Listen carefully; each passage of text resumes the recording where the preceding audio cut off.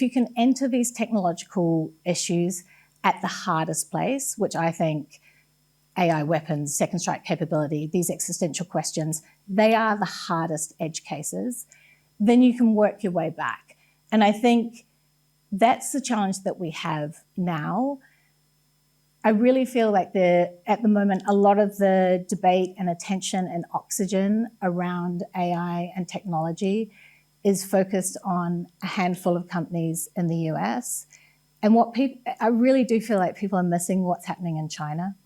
And to the extent that you're thinking about this and having conversations about it, there's a geopolitical competition, sure, but there's also a competition around models, right? So the US is making a huge bet, essentially, Anthropic, OpenAI, these companies, on closed models.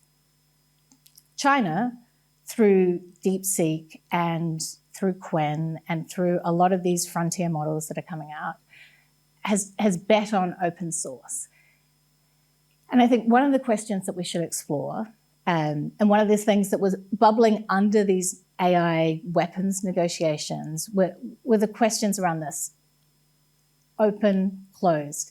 How much information do you share? How much do you keep quiet? And there are two things that were really instructive. One is the Chinese leader of the delegation, when it was very clear that they were being very generous at times in keeping these negotiations going and in revealing matters that other parties were reluctant to reveal.